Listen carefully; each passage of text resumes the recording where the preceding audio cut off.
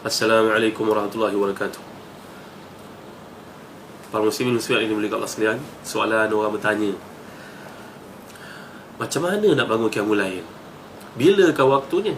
Selalu kita dengar soalan ni kan tuan-tuan. Qiyamul lail maknanya menghidupkan malam untuk tujuan beribadah kepada Allah SWT. Kerana Nabi SAW telah pun diingatkan oleh Jibril AS dalam hadis yang sahih, bila Jibril pesan kepada Nabi, ya Muhammad, ish ma syi'ta fa innaka mayyitun wa'amal ma syi'ta fa innaka majziyun bih wa'alam wa'ahbi ma syi'ta fa innaka mufariquh wa'alam anna syarfal mu'min qiyamul lail wa'izzahu istighna'uhu 'anil nas. Muhammad, hiduplah sebagaimana kau kehendaki, kau akan mati. Buatlah apa saja yang kau suka, kau akan dibalas.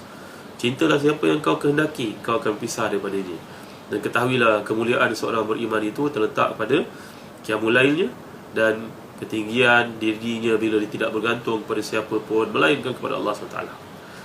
Dan begitu juga kita baca dalam surah Al-Isra bila Allah gambarkan, wa minal laili fatahajjad bihi nafilatan laka asa yab'athaka rabbuka maqaman mahmuda.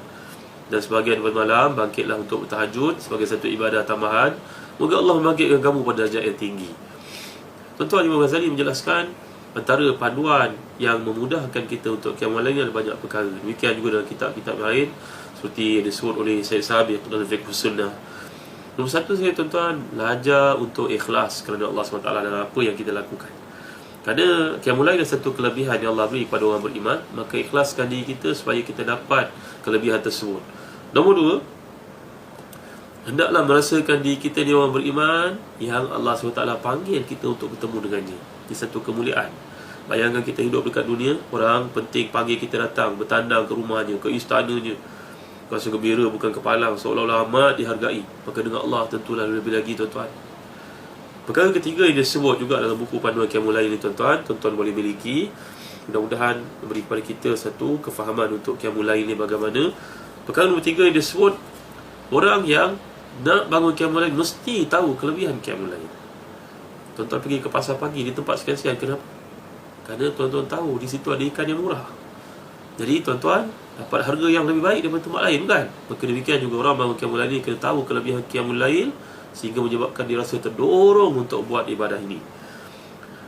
Lagi nombor 4, kita hendaklah baca kisah salafus salih dalam bab qiyamul lail mereka. Sebab kata Thabit Al-Bunani, aku tidak pernah menemui satu kelazatan yang lebih daripada bangun waktu malam. Sebagian mereka mengatakan, kalau tidak kerana malam, aku tidak mahu hidup di muka bumi ini, kerana seronoknya berjumpa dengan Allah SWT pada waktu itu. Lagi tuan-tuan, digalakkan kita untuk tidur ikut sunnah. Ambil wuduk dahulu, tidur atas lambung kanan, baca 3 qul, baca surah Al-Mulk, baca surah Sajadah, kemudian bertasbih, bertahmid dan bertahlil, subhanallah 33, alhamdulillah 33, Allahu akbar 33, diikuti dengan la ilaha illallah wahdahu la syarika lah, lahul mulku wa lahul hamdu wa huwa ala kulli syai'in qadir. Kemudian digalakkan untuk kita tidur awal. Malam tak payah tengok movie dah tuan-tuan, balik sembahyang tarawih tak payahlah nak muri-muri lagi. Kampung dah kenyang, nak proses tak selesai, tidur pun tak nyenyak, terganggu kerana terbatasnya tenaga kita tuan-tuan, kerana pelaksanaan hidup yang tidak ada direction yang betul. Lagi tuan-tuan yang dimuliakan sekalian, digalakkan kita untuk berzikir dengan zikir-zikir tertentu, wirid yang tertentu, dan berdoa dengan doa tertentu. Dalam satu hadis yang diriwayatkan oleh Imam Bukhari dan juga Muslim, Nabi mengajar kita untuk membaca 2 ayat terakhir daripada surah Al-Baqarah. Bermula daripada ayat 2 yang terakhir daripada surah Al-Baqarah. Baca tuan-tuan. Mudah-mudahan dengan baca ini, disebut dalam hadis Nabi SAW, kafata. Kalau baca 2 ayat terakhir daripada surah Al-Baqarah, man qara'a bil ayataini min akhir surah Al-Baqarah fi lailatin kafatahu. Siapa yang baca 2 ayat terakhir pada surah Al-Baqarah sampai kepada la yukallifullahu nafsan illa wus'aha, maka dia akan dapat penjagaan dan disempurnakan segala keperluannya pada hari itu. Amana rasulullah unzila ilaihi wa rabbihi wal mu'minun kullun amana billahi wa malaikatihi wa kutubihi wa rusulihi la nufarriqu baina ahadin min rusulihi wa qalu sami'na wa ata'na ghufranaka rabbana wa ilaikal masir, sampai kepada ayat la yukallifullahu nafsan illa wus'aha, sampailah fansurna 'alal qawmil kafirin. Tuan-tuan dimuliakan sekalian, lagi kalau kita perhatikan, hendaklah kita ni rajin mengamalkan qailulah pada siang hari. Qailulah maknanya tidur tengah hari, tidur sebentar. Kerana dengan tidur ini, keberkatannya akan menjalar, membawa ke waktu malam, melayakkan kita untuk qiyamul lail. Dalam hadis riwayat Tabarani dengan sanad yang sahih, qilu fa inna syaitan la taqil. Tidaklah engkau ni kailulah, kerana kailulah ni amat dibenci oleh syaitan. Bagai penemuan telah dibuktikan, orang yang kailulah ni terhindar daripada hypertension, sakit jantung, kencemasan dan sebagainya. Tuan-tuan, lagi boleh kita untuk qiyamul lail mujahadah lah. Mujahadah lah nafsu. Tilam yang empuk. Rasulullah SAW dulu tidur atas tikar yang dibuat daripada pelepah tamar bekah pada Nabi SAW. Tapi kita tidur, yalah nikmat dunia, kita hargai juga tidur atas tilam yang empuk, tapi usahakan untuk bangun daripada tempat tidur supaya boleh qiyamul lail. Dan yang terakhir, tuan-tuan, jauhilah maksiat. Kerana seorang tabi'in terkemuka, Ibrahim bin Adham, pernah berkata, aku tidak dapat qiyamul lail kerana melihat maksiat selama beberapa bulan. Beberapa bulan dia, tuan-tuan, terhindar daripada qiyamul lail, tidak dipilih oleh Allah, tidak dalam listing orang-orang yang penting yang Allah panggil untuk bertemu dengannya, kerana ini satu dosa seperti telah digambarkan akibat daripada melakukan maksiat. Jauhi maksiat, tuan-tuan.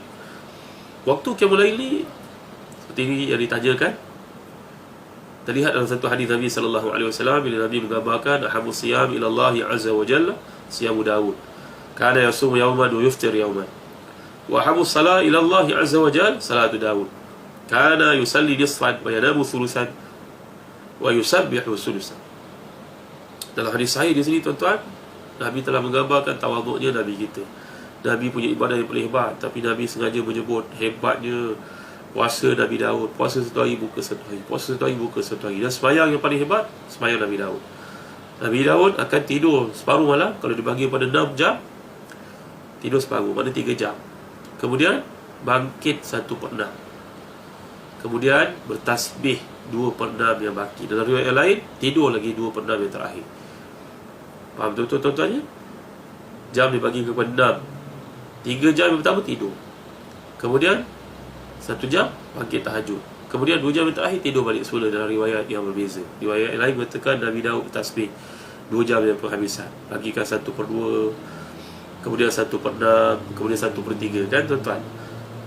Kira betul-betul, ya. Jadi ini antara waktu yang dimustajabkan doa. Kalau kita ikut di negara kita sekitar pukul 3 hingga pukul 4, 3:30 hingga pukul 4:30. Cantik sangat waktu untuk mengharap kepada Allah SWT. Kerana jangan kita lupa, dalam hadis sahih menggambarkan ada satu waktu kalau kita mohon pada Allah pada waktu itu, Allah pasti akan makbulkan. Jadi rebutlah peluang ni, terutamanya dalam Ramadan Al-Mubarak. Mereka mengikmarakan malam mereka dengan begitu bersungguh-sungguh. Di kalangan mereka yang hanya tidur antara maghrib dan isyak saja, sepanjang malam baca Quran, bersalat, qiyam, berzikir, baca Quran dan sebagainya. Mudah-mudahan Allah beri pada kita kelebihan qiyamul lail ini, jangan kita lepaskan. Gunakan dia sebagai satu pendekatan untuk memperbaiki diri, tazkiyatun nafs, dan untuk taqarrub ila Allah azza wa jalla, untuk mendekat diri kepada Allah. Allahu a'lam. Bacalah buku ni adalah lanjutan daripada huraian tersebut. Assalamualaikum warahmatullahi wabarakatuh.